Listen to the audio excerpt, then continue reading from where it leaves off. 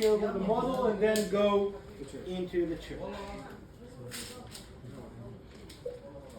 This model is based on the Madaba map, which you see above me, or if you're here, just opposite you, and also on written sources of travelers from the Byzantine period, 4th, 5th, 6th centuries. Sorry? Igeria, the traveler from Piacenza, the traveler from Bordeaux, Arculf in the 7th century. Now you see Jerusalem. Now you see fully the beauty and the size of the Nia. You can see the Anastasis complex, and you can see that the center is open to the sky. Those who see on my side a small dome, this small dome is right next to the Golgotha. Okay? And the tomb is under the big dome. But everything you see on the right is now gone. It's not under Christian hands, except for the underground area in the Alexander Nevsky. Okay? Most of it is in Muslim hands. Now you see Damascus Gate and the pillar in the inner square. You see why you need the square, because you have two main cardinals meeting in an angle. Okay, so this softens the junction. You see the decumanus.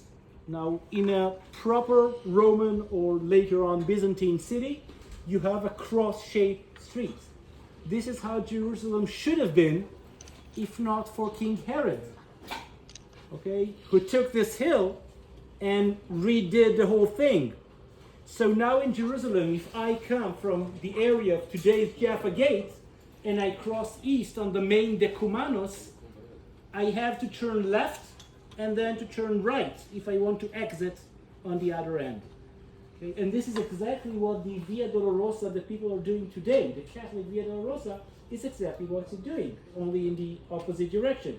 You start on the east, you go around the corner of the Temple Mount, and then you turn right and climb up until you reach the Holy Sepulchre.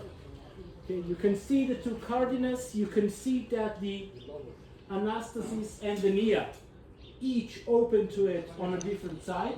Nia from the east, Anastasis from the west. You see the main western forum, the western market, with the hypothesized arch. And on the right, you see the Ecce Homo arch on the eastern side, on the eastern forum. Okay. Now you will, when you do the tour of the Via Dolorosa, you see that further down, further east, there is a smaller church on pools. These are the Bethesda pools.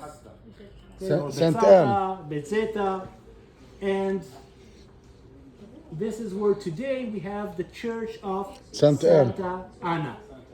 Okay, so you will be there later on in the course. You see the hill where today we have the Muslim quarter. You see that the Temple Mount has nothing on it, because no one built on it since the destruction of the Second Temple. We have one source that says there was a temple to Zeus, but we don't know if it was ever completed or not. Okay, we see the huge array of the Anastasis. We see a pool here. How do we call the pool today? Hezekiah. Hezekiah's pool. And remember at the beginning of the day, we said how it is linked underground, and they found pieces of the aqueduct right under Jaffa Gate until we reach here. Which pool is here? The Mamilla pool. Okay, and what lies on the line? Aqueduct. Enjoying the water that were supporting the city. Okay, and the bathhouse right under the columns. Jaffa Gate. Okay, this is today's Christian quarter, built all around the Anastasis. And today's wall is roughly where I stand, the 16th century. But the city before was larger.